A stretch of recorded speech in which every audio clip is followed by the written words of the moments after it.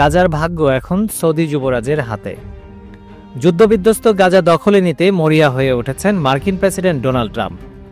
গাজা ভূখণ্ডে real estate business করতে চান তিনি। ট্রাম্পের এই প্রস্তাবে নাখোশ আরব বিশ্বের দেশগুলো। ফিলিস্তিনের ভবিষ্যৎ নিয়ে আরব দেশগুলো ট্রাম্পের বিপক্ষে একজোট হওয়ার সিদ্ধান্ত নিয়েছে। বিকল্প একটি প্রস্তাব আনতে চলতি মাসেই রিয়াদে একটি বৈঠকের আয়োজন করতে যাচ্ছে সৌদি আরব। এতে অংশগ্রহণ করার কথা রয়েছে মিশর, জর্ডান ও সংযুক্ত আরব আমিরাতের। এই বৈঠকেই ভাগ্য নির্ধারণ হবে ফিলিস্তিনের, এমনটা প্রত্যাশা করছেন অনেকেই।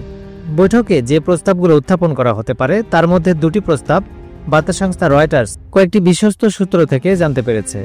প্রথমটি উপসাগরীয় দেশগুলোর নেতৃত্বে ফিলিস্তিন পুনর্গঠনে তহবিল গঠন, এবং দ্বিতীয় প্রস্তাবটি হল হামাসকে পাশ কাটিয়ে চুক্তি সম্পাদন।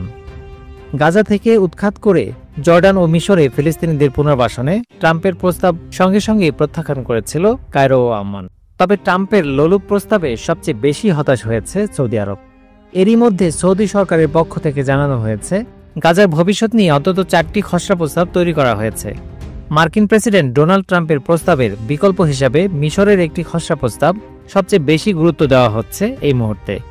কি আছে মিশরের সেই খসড়া প্রস্তাবে? মিশরের প্রস্তাবে বলা হয়েছে একটি জাতীয় ফিলিস্তিন কমিটি গঠন করে গাজা শাসিত হবে, যাতে হামাসের কোনো কর্তৃত্ব থাকবে না।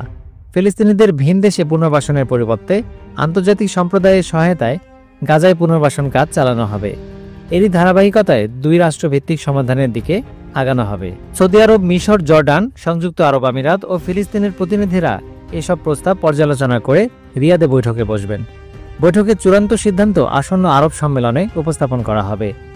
এক্ষেত্রে সৌদি যুবরাজ মোহাম্মদ বিন সালমানের ভূমিকা সবচেয়ে গুরুত্বপূর্ণ। 2016 সালে ট্রাম্প যখন মার্কিন প্রেসিডেন্ট ছিলেন, সে সময় সৌদি যুবরাজের সাথে বেশ উষ্ণ সম্পর্ক তৈরি হয়েছিল। ট্রাম্পের দ্বিতীয় মেয়াদের প্রশাসনের সাথেও গুরুত্বপূর্ণ ভূমিকা পালন করছেন মোহাম্মদ বিন সালমান। যুক্তরাষ্ট্রের অন্যতম আঞ্চলিক অংশীদার হিসেবে দীর্ঘদিন ধরেই সৌদি যুবরাজ ব্যবসা ও বৈশ্বিক ক্ষমতার রাজনীতির মাধ্যমে সৌদি আরবের সম্পর্ক সম্প্রসারণ করেছেন।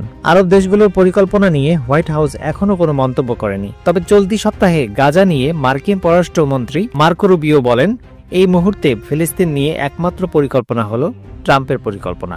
তিনি আরও বলেন, গাজা ইস্যুতে আরব দেশগুলোর যদি আরও ভালো কোনো পরিকল্পনা থাকে তবে এখনই তা উপস্থাপন করার উপযুক্ত সময়। এখন দেখার বিষয় আরব দেশগুলোর বৈঠকে গাজা নিয়ে কি সিদ্ধান্ত আসে। Express news desk.